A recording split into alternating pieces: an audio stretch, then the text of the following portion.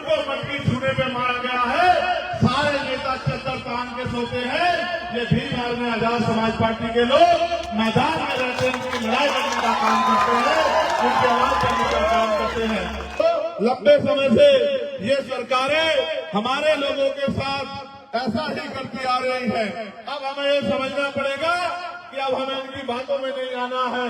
जब बाबा साहब अम्बेडकर ने अपने 4 बच्चे कुर्बान करके हमारी उंगली में इतनी ताकत दी है कि जिसे चाहे कुर्सी में बिठा दे और जिसे चाहे कुर्सी में उतार के नीचे बैठ दे, तो फिर हमें घबराना नहीं चाहिए, फिर हमें अपनी ताकत बढ़ानी चाहिए। मैं अपनी गुंडागर्दी आपके साथ होती है, जाति के नाम पे, धर्म के नाम पे हिंसा जो आपके साथ होती है, ये हिंसा करने की हिम्मत किसी भाजपा के गुंडे की नहीं पड़ पाएगी। मैं इस बात को आपको गारंटी के साथ कहता हूं। हम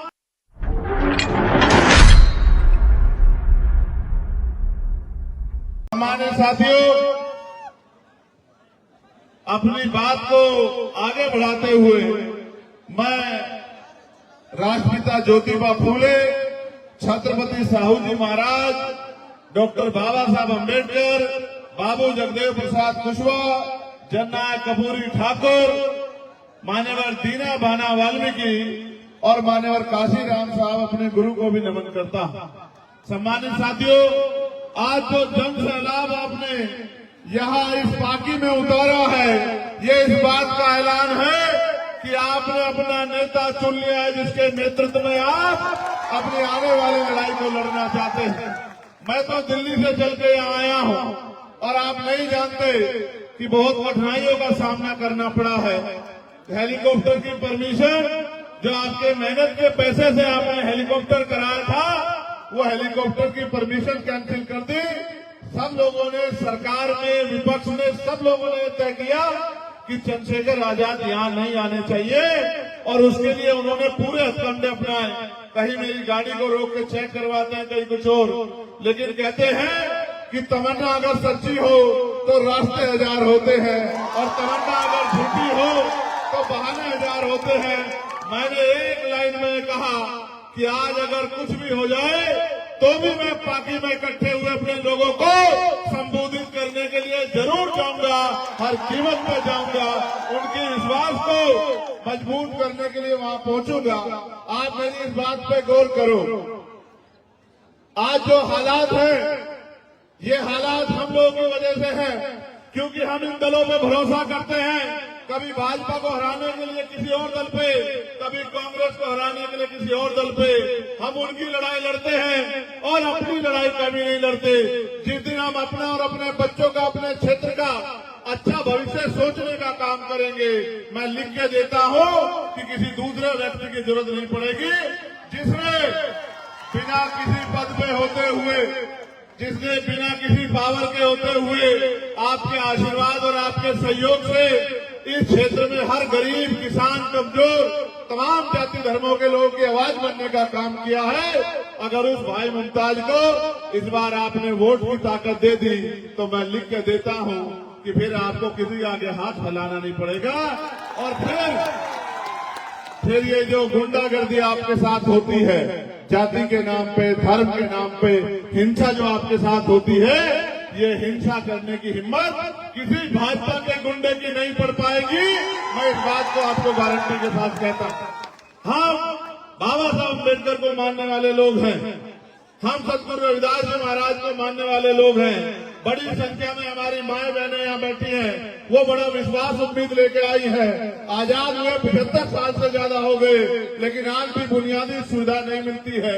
मैं पहले भी एक बार आया था कि यही बराबर में बाबा साहब अम्बेडकर की स्टैचू की स्थापना आप लोगों ने की थी और मुझसे ये कहा गया था कि भाई आपको उसका फीता काट के जो है, वो जो मूर्ति लगाई है, उसकी जो है, उसकी घोषणा आपको करनी है। जब मैं गांव में गया, गांव के हालात देखे, लोगों के टूटे मकान देखे, गरीबों के फटे हुए कपड़े देखे, उनके बच्चों के बुरे हाल देखे, उसी दिन मैंने मन में तय कर लिया था और मैंने अपने साथियों को भी कहा, मैं धन्यवाद दूंगा अपनी आर्मी आजाद समाज पार्टी के एक नेता कार्यकर्ताओं का जिन्होंने मैंने उतनी एक ही बात मांगी कि अगर कुछ करना चाहते हो तो संविधान ने हमें अधिकार तो बहुत दिए हैं, लिखित में अधिकार तो बहुत है, लेकिन जब तक राजनीतिक ताकत नहीं होगी, उन अधिकारों को दिलाने वाले हाथ नहीं होंगे, तो वो अधिकार आपके घरों तक नहीं पहुंचेंगे।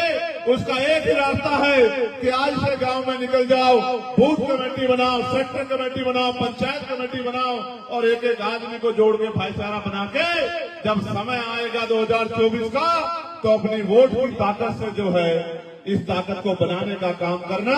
क्योंकि आप ये महसूस करके देखो, संविधान तो ये कहता है कि हर व्यक्ति को रोटी, कपड़ा, मकान और पीने के लिए पानी की व्यवस्था सरकार कराएगी, लेकिन सरकार कहाँ कराती है?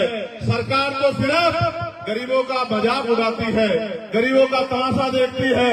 सरकार तो गरीबों पर जुल्म करती है। पढ़े लिखे बच्चे बेरोजगार घूम रहे हैं, महंगाई ने गरीबों की कमर तोड़ दी है। और मुझे कहने में कोई गुरेज नहीं है, किसी झारखंड का मेरा परिवार अपने बच्चों को पालने के लिए दूसरे प्रदेशों में रोजगार करने के लिए जाता है। जब वो रोजगार करने के लिए जाता है तो छोटी छोटी जगहों पर रह के अपना पेट पालने का काम करता है। मेरे आज भी याद है कोरोना काल, किस तरह से वहां से मजदूर पलायन करके आया। इन सरकारों के पास आपको रेल में बिठा के भेजने के लिए रेल की व्यवस्था भी नहीं थी। इन्होंने जब लाठी आपके ऊपर पड़ी तो आपकी मजाक उड़ाने का काम किया। जिन्होंने आपसे मजाक किया, जिन्होंने आपका अपमान किया, जिन्होंने आपको डराने का, दबाने का काम किया और जिनकी वजह से आपके हालात है, उनको आप 5 साल में अगर कभी सबक सिखा सकते हो तो वोट की चोट से सिखा सकते हो। भारतीय लोकतंत्र को आप देखिए कैसा है। अगर किसी आदमी ने आपसे झूठे वादे करके आपकी वोट को ले लिया तो 5 साल आप उसका कुछ नहीं कर सकते हो, बस 5 साल बाद उसके खिलाफ वोट कर सकते हो। लंबे समय से ये सरकारें हमारे लोगों के साथ ऐसा ही करती आ रही है। अब हमें ये समझना पड़ेगा कि अब हमें इनकी बातों में नहीं आना है। जब बाबा साहब अम्बेडकर ने अपने 4 बच्चे कुर्बान करके हमारी उंगली में इतनी ताकत दी है कि जिसे चाहे कुर्सी में बिठा दे और जिसे चाहे कुर्सी में उतार के नीचे बैठ दे, तो फिर हमें घबराना नहीं चाहिए, फिर हमें अपनी ताकत बढ़ानी चाहिए। मैं अपनी बहनों माओं से कहना चाहता हूँ, क्या सम्मान की जिंदगी इस आजाद भारत में आपको मिल पा रही है? मैं गारंटी से कहता हूँ, हाथ उठा के बता देना, यहाँ बैठी हजारों की संख्या में महिलाओं में से 90% महिलाओं ने कभी हवाई जहाज को हाथ लगा के नहीं देखा होगा, कभी हेलीकॉप्टर को हाथ लगा के नहीं देखा होगा, कभी एसी वाली ट्रेन में सफर नहीं किया होगा। और तो और गरीबी के हालात ऐसा है कि जहाँ अमीर का कुत्ता बढ़िया एसी वाली गाड़ी में घूमता है, वहाँ गरीब पे रहने के लिए मकान भी नहीं है, उसपे खाने के लिए रोटी भी नहीं है, उसपे पहनने के लिए अच्छे कपड़े भी नहीं है। लेकिन ये सरकारें बात तो करती है गरीबों का भला करने की, लेकिन ये सारा पैसा पूंजीपतियों का माफ करती है। आपके बच्चे तो पढ़े लिखे बेरोजगार घूमते हैं, और जब भी आप सवाल करोगे, रोजगार के बारे में पूछोगे, महंगाई पर सवाल करोगे, अधिकार के बारे में पूछोगे, तो ये भारतीय जनता पार्टी के लोग जो ये कह रहे हैं कि हमें सत्ता में आना है, तो ये फिर हिंदू मुसलमान की बात करने लग जाते हैं। और इन्हीं के तथाकथित लोग नबी की साथ में जिस तरह के गुस्ताखी करते हैं, अपमान करते हैं, ये भी किसी से छुपा वाला नहीं है। आप ये जानते हैं, जब जब मुसलमानों पर अन्याय हुआ है, जब जब किसानों पर अन्याय हुआ है, जब जब मजदूरों पर अन्याय हुआ है, जब जब दलितों पर जुल्म हुआ है, उनकी पीठ पर लाठियां पड़ी है, उनको पूछे रखने पर मारा गया है, उनको मटकी छूने पे मारा गया है, सारे नेता चद्दर तान के सोते हैं। ये भीम आर्मी आजाद समाज पार्टी के लोग मैदान में रहते हैं, उनकी लड़ाई करने का काम करते हैं, उनकी आवाज करने का काम करते हैं। मैं आपको कहना चाहता हूँ, जब तक जिंदगी नहीं बदलेगी, जब तक शिक्षा, समान शिक्षा लागू नहीं होगी, एक तरफ अमीरों के बड़े बड़े स्कूल जिसमें गरीब का बच्चा घुस नहीं सकता, और सरकारें स्कूल भी बंद कर रही है। जब तक आज का बच्चा पढ़ेगा नहीं, पढ़ लिख के आगे बढ़ेगा नहीं, डॉक्टर, इंजीनियर, IAS, IPS, वकील बनेगा नहीं, तो आपकी गरीबी की बेटियां नहीं कर सकती है। लेकिन वो तभी संभव है कि राजनीतिक ताकत आपके हाथ में होनी चाहिए। कौन है आपकी असेंबली में आपके लिए बोलने वाला? आप बताओ, सबसे ज्यादा मोमिन सिंह इसी सरकार के नेतृत्व में झारखंड में होने का काम हुआ। सरकार ने वादा किया था कि मोमिन सिंह पे कानून बनाएंगे, बनाया? मॉब लिंचिंग जिनकी हुई उनको कोई मुआवजा नहीं मिला। और फिर मैं कह रहा हूं, दलितों का तो इतना बुरा हाल है कि दलितों की जान से सस्ती दाल है आज झारखंड में भी और देश में भी।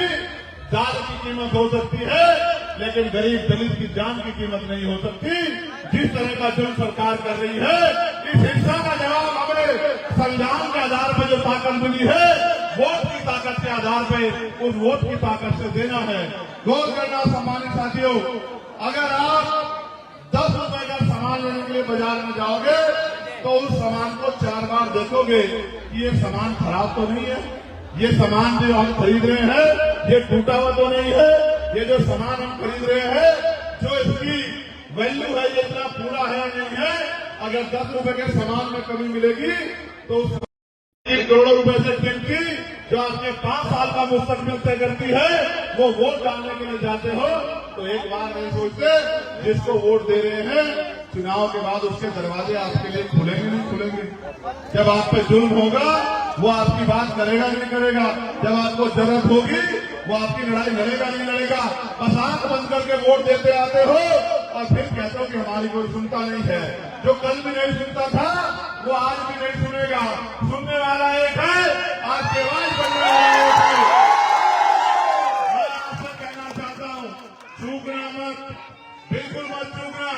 नारे लगाने से, सिर्फ नारे लगाने से, झंडा उठाने से अगर तकदीर बदला करती, जिंदगी बदला करती तो सबकी बदल जाती। हमारे हाथ में बाबा साहब अम्बेडकर